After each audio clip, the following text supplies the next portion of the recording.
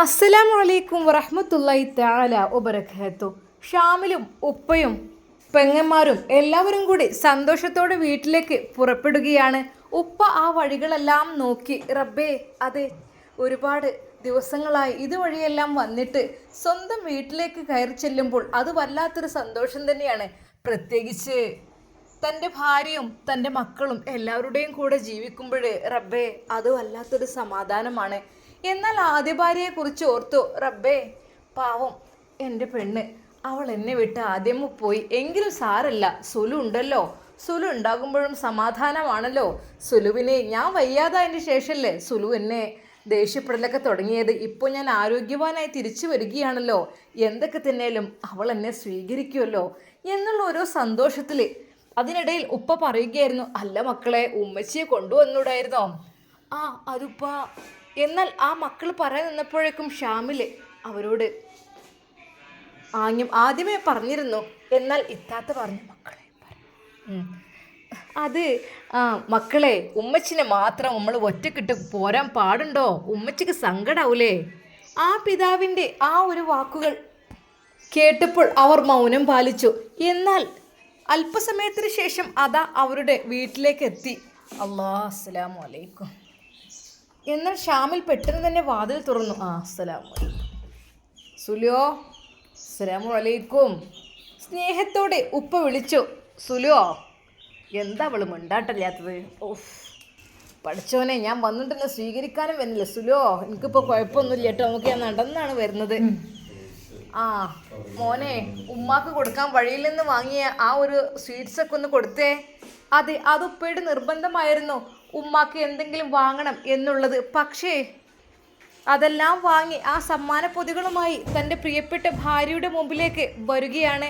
എന്നാൽ ഓരോ റൂമുകളിലേക്കും ഉപ്പ പോയി നോക്കുന്നു. എടീ സുലുവോ, എവിടെ ഈ പെണ്ണ്? സുലൈക്ക, അന്നെ അങ്ങനെ പേര് വിളിച്ചാലും ചിലപ്പോൾ ഓമനിച്ച് വിളിച്ചാൽ എനിക്ക് ചിലപ്പോൾ മുണ്ടാട്ടുണ്ടാവില്ല. സുലുവോ, സുലൈക്ക. എന്നാൽ ഷാമിലും അവൻ്റെ പെങ്ങന്മാരും ശരിക്കും സങ്കടപ്പെടുകയാണ്. പഠിച്ചവനെ, ഉപ്പയോടെല്ലാം മറച്ചു വെച്ചു. ഇനി എന്ത് പറയും എന്നുള്ള രീതിയിൽ. സുലുവോ, എടീ സുലൈക്ക, സുലൈക്ക, ഇത് പൂട്ടിട്ടിക്കണം. ഉപ്പ, അത് അവിടെ ഞാൻ വെറുതെ.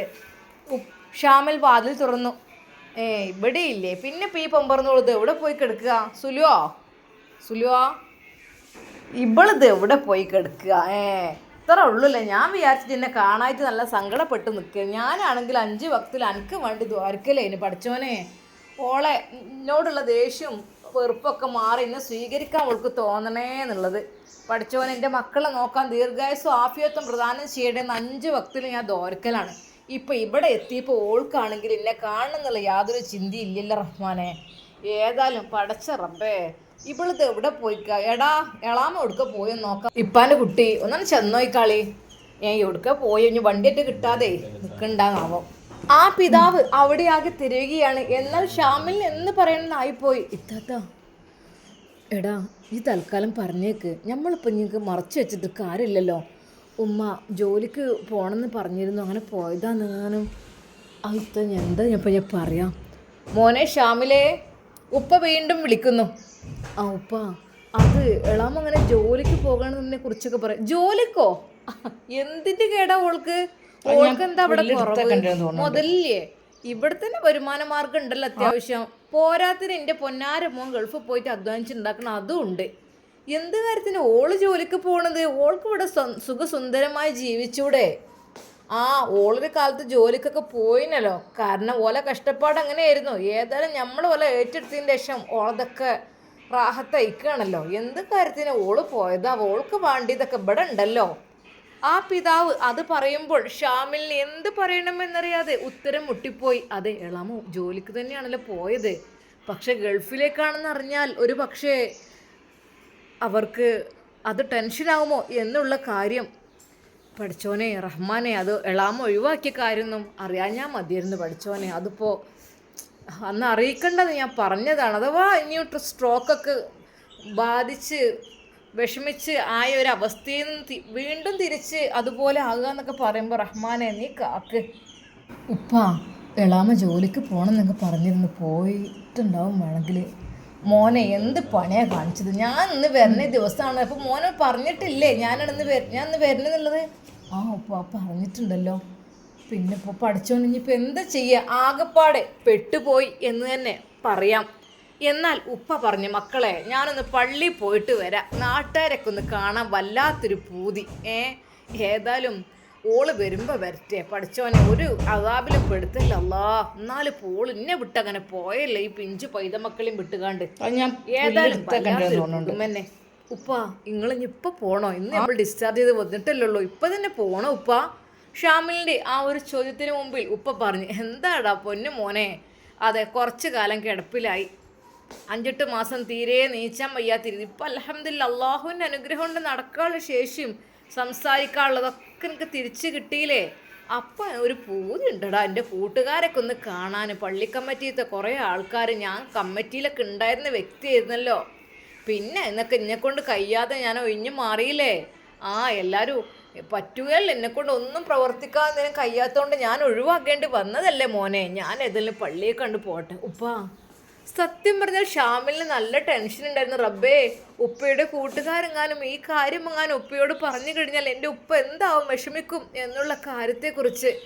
എന്നാൽ ഉപ്പ വാശി പിടിക്കണം, മോനെ ഉപ്പ ഒന്ന് പോയിട്ട് വരാം ഉപ്പ, ഞാൻ എന്നാൽ ബൈക്കിൽ, അല്ലെങ്കിൽ ഉപ്പ 2 ദിവസം കഴിഞ്ഞിട്ട്. എന്താ മോനെ എനിക്ക് കുഴപ്പം? അവിടുന്ന് നല്ല മട്ടത്തിൽ വന്നു പള്ളിക്കൽ നിസ്കരിച്ചാൽ പൂർത്തിയായിട്ടാണ്ടാ. സത്യം പറഞ്ഞാൽ ആ പള്ളിക്കൽ പോയി നിസ്കരിക്കണതും വീട്ടിൽ നിന്ന് നിസ്കരിക്കണതും രണ്ടും രണ്ടാണ്. അവിടെ നിന്നാകുമ്പോൾ 70 ഇരട്ടി പ്രതിഫലം നമുക്ക് കിട്ടുകയാണ്. പോരാത്തിന് നമ്മളെ സമയം കിട്ടുന്നുണ്ടെങ്കിൽ ഖുർആൻ എടുത്ത് ഓതും. ഇവിടെ ആകുമ്പോൾ മടിയാവും പൊന്നാര കുട്ടിയെ, പേരിയിലാവുമ്പോൾ കിടന്നുറങ്ങാനൊക്കെ തോന്നും. അവിടെ പിന്നെ എല്ലാവരും നിസ്കാരക്കാരും ഓത്തുകാരും ആകുമ്പോഴേ നമുക്കൊരു സന്തോഷമാണല്ലോ. അതുകൊണ്ട് ഉപ്പാൻ്റെ പൊന്നാര മോനെ, എന്നാൽ ഉപ്പാനൊന്നാണ്ട് ആക്കി തന്നാളി, എനിക്ക് അത്ര ഇടങ്ങാറാണെങ്കിൽ. സത്യം പറഞ്ഞാൽ ഷാമിലിൻ്റെ മനസ്സിൽ വല്ലാത്തൊരു ഭയം തോന്നുകയായിരുന്നു. പഠിച്ചോനെ എൻ്റെ ഉപ്പ സന്തോഷവാനാണ്.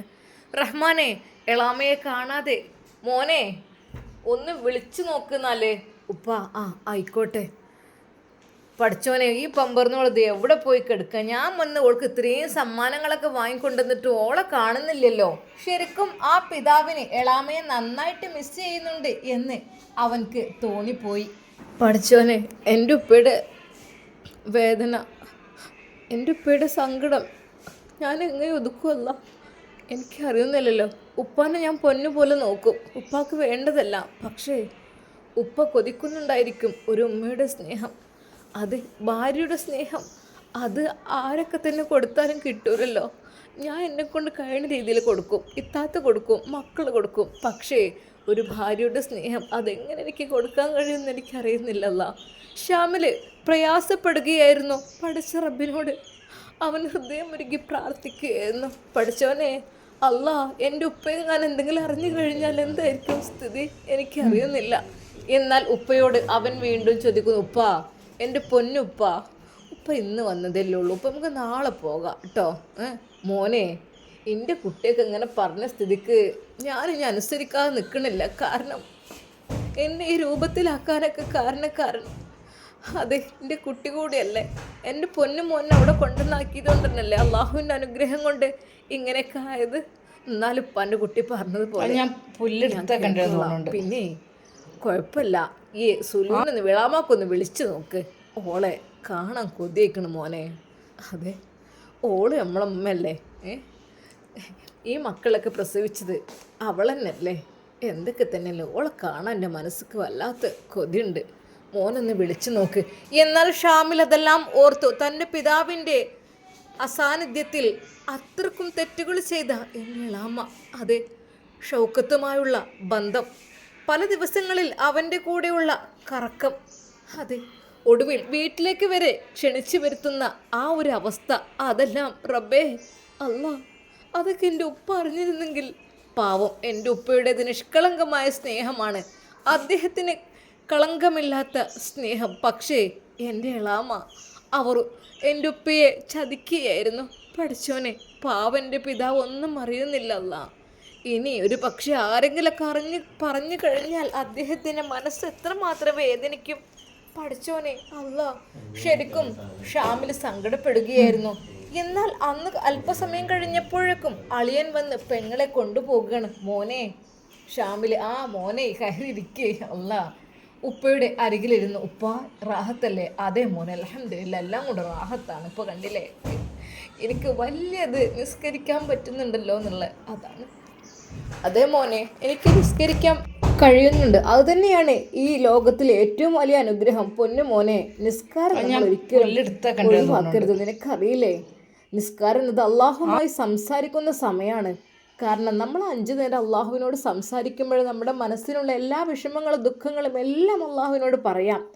കാരണം 5 നേരം നമ്മൾ പഠിച്ചവനോട് സംസാരിക്കാൻ, നമ്മൾ എത്രയോ നമ്മളുടെ വീട്ടുകാരോട് സംസാരിക്കുന്നു, ഫോൺ ചെയ്യുന്നു, എല്ലാ രീതിയിലും എല്ലാവരോടും സംസാരിക്കുന്നു നമ്മൾ. പക്ഷേ പഠിച്ചവനോട് സംസാരിക്കുന്ന സമയം എന്ന് വെച്ചാൽ നിസ്കരിക്കുന്ന സമയമാണ് മോനെ. അത് വല്ലാത്തൊരു ഭാഗ്യം തന്നെയാണ്.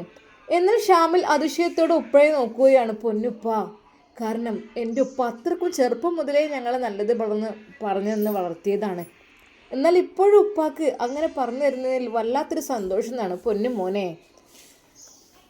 എനിക്ക് സ്ട്രോക്ക് വന്നത് നിനക്ക് ഓർമ്മയില്ലേ? എനിക്കൊന്ന് എണീക്കാൻ പോലും കഴിയില്ല, ഒരു ഭാഗത്ത് ചെരിയാൻ കഴിയില്ല, സംസാരിക്കാൻ വരെ കഴിയാത്ത അവസ്ഥ. ഉപ്പയുടെ കണ്ണുകൾ നിറഞ്ഞു. പൊന്നു മോനെ, ആ നിമിഷവും ഞാൻ ഓർത്ത്, റബ്ബേ ഞാൻ എങ്ങനെ നിസ്കരിക്കും? എനിക്ക് നിസ്കരിക്കാൻ കഴിയുന്ന കാലത്ത് റഹ്മാനെ നിസ്കാരത്തിൻ്റെ കാര്യത്തിൽ നമ്മൾ കൂടുതൽ ശ്രദ്ധിക്കാൻ പറ്റില്ലല്ലോ. അതെ, അന്ന് ഒരു ചെറുപ്പകാലത്തൊക്കെ കുറച്ച് കുഴപ്പി നടന്നു, എങ്കിലും ആ നിസ്കരിക്കാനുള്ള ആ മനസ്സ് ഇല്ലാഞ്ഞാൽ പോയി മോനെ. പക്ഷേ എനിക്ക് സ്ട്രോക്ക് വന്നപ്പോൾ ഞാൻ വിചാരിച്ചു, റബ്ബേ പഠിച്ചോനെ എനിക്ക് അള്ളാഹുവിൻ്റെ മുമ്പിലൊന്ന് സുജൂദ് ചെയ്യാൻ കഴിയുന്നില്ലല്ലോ എന്ന് ഓർത്തപ്പോഴാണ് മോനെ എൻ്റെ മനസ്സൊരുക്കിയത്. എൻ്റെ ഏറ്റവും വലിയ അതായിരുന്നു. അതെ, എനിക്ക് നിന്ന് നിസ്കരിക്കാൻ കഴിയാത്ത അവസ്ഥ, അതെൻ്റെ ഹൃദയം തകർത്തു. ഒരു ദിവസം ഞാൻ കിടക്കയിൽ കിടന്ന് കരഞ്ഞു പറഞ്ഞു, അള്ളാഹുവേ എനിക്ക് വീണ്ടും നിൻ്റെ മുമ്പിൽ നിസ്കരിക്കുവാനോ സുജൂദ് ചെയ്യുവാനുള്ള കഴിവ് നീ എനിക്ക് തരണേ അല്ലാ. മോനെ, നിസ്കാരം ചെയ്യാൻ പല വഴികളും ഉണ്ടല്ലോ. ശരിയാണ്. അദ്ദേഹം വിരൽ ഉയർത്തിക്കൊണ്ട് പറഞ്ഞു, നിൽക്കാൻ കഴിയുന്നവർ നിന്ന് നിസ്കരിക്കുക, അതാണ് ഏറ്റവും അള്ളാഹുവിനിഷ്ടം. അതെ, നിൽക്കാൻ കഴിയില്ലെങ്കിൽ മാത്രം ഇരിക്കുക, ഇരിക്കാനും കഴിയില്ലെങ്കിൽ കിടക്കുക, അതും കഴിയില്ലെങ്കിൽ കണ്ണുകൊണ്ടെങ്കിലും പടച്ച റബ്ബിനെ അതാ നിസ്കാരത്തിൻ്റെ ആംഗ്യം കാണിക്കുക, അതും കഴിയില്ലെങ്കിൽ ഉപ്പയുടെ ശബ്ദം നിശബ്ദമായി മനസ്സുകൊണ്ടെങ്കിലും നിസ്കരിക്കുക. മോനെ, എനിക്ക് അള്ളാഹു അത് തിരിച്ചു നൽകിയതാണ് എനിക്ക് ഏറ്റവും വലിയ അനുഗ്രഹം. ഉപ്പ ഷാമിലിൻ്റെ കൈ പിടിച്ചു. പൊന്നു മോനെ, എല്ലാം നഷ്ടമായാലും ഒരു കാര്യം മാത്രം നഷ്ടമാക്കരുത്, അത് നിസ്കാരമാണ്. നിസ്കാരം നഷ്ടപ്പെട്ടാൽ മനുഷ്യൻ അള്ളാഹുവിൽ നിന്ന് അകന്നു പോകും. പൊന്നു മോനെ, ഞാൻ അവിടെ ആ ഹോസ്പിറ്റലിൽ കിടക്കുന്ന സമയത്ത് അവിടെ ഒരു പ്രായമായ ഒരാളുണ്ടായിരുന്നു. അവന് ശരീരം മുഴുവൻ പ്രവർത്തിക്കുന്നില്ലായിരുന്നു അദ്ദേഹത്തിന്. പക്ഷേ മോനെ, ഞാൻ അത് കണ്ട് അത്ഭുതപ്പെട്ടു. അദ്ദേഹം കണ്ണുകൾ കൊണ്ട് ഇഷാറ ചെയ്ത് നമസ്കരിക്കുകയായിരുന്നു.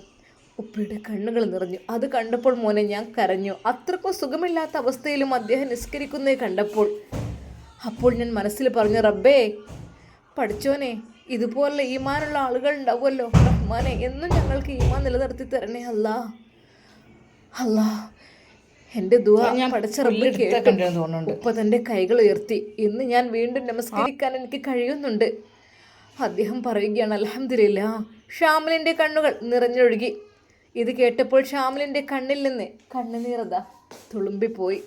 ഉപ്പ, എൻ്റെ ഉപ്പയുടെ ഈ ഒരു അവസ്ഥ എന്നും ഉണ്ടാകണമെന്നാണ് എനിക്കിഷ്ടം. കാരണം എൻ്റെ ഉപ്പ ഇങ്ങനെയൊക്കെ പറയുമ്പോഴും എനിക്ക് ഉപ്പ നന്മ ഉപദേശിച്ച് തരുമ്പോഴും എനിക്ക് വല്ലാത്ത സമാധാനമാണ് ഉപ്പ.